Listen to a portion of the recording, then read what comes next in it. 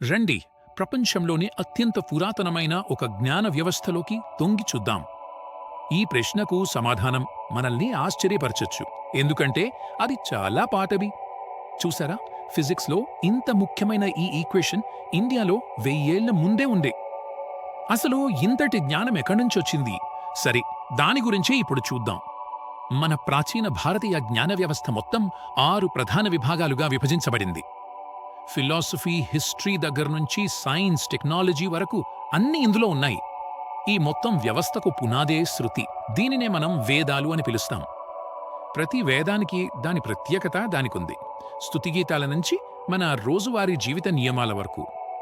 చూడండి, ప్రతి వేదానికి ఒక అప్లైడ్ ఫీల్డ్ ఆఫ్ నాలెడ్జ్ ఎలా ఉందో ఇక్కడ స్పష్టంగా తెలుస్తోంది. అయితే వేదాలు ఆరంభం మాత్రమే. మిగతా విభాగాల సంగతేంటో చూద్దాం.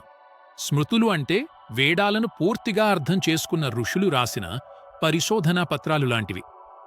చాలామంది పురాణాలను కల్పిత కథలు అనుకుంటారు, కానీ అవి పక్కాగా చరిత్రను రికార్డ్ చేశాయి.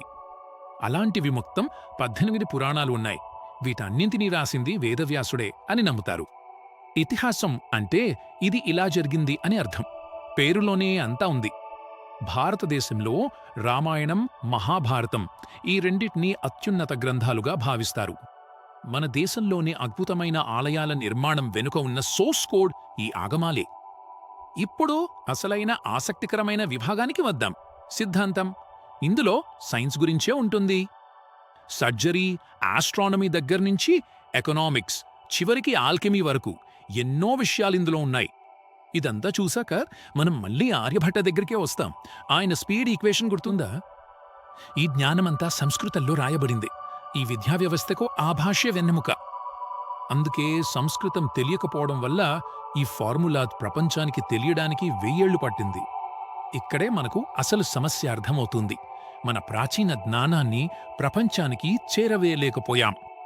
మరి ఇలాంటి ఇంకెన్ని సైంటిఫిక్ విషయాలు మన గ్రంథాల్లో దాగున్నాయో వాటిని మనం ఎప్పుడు తెలుసుకుంటాము?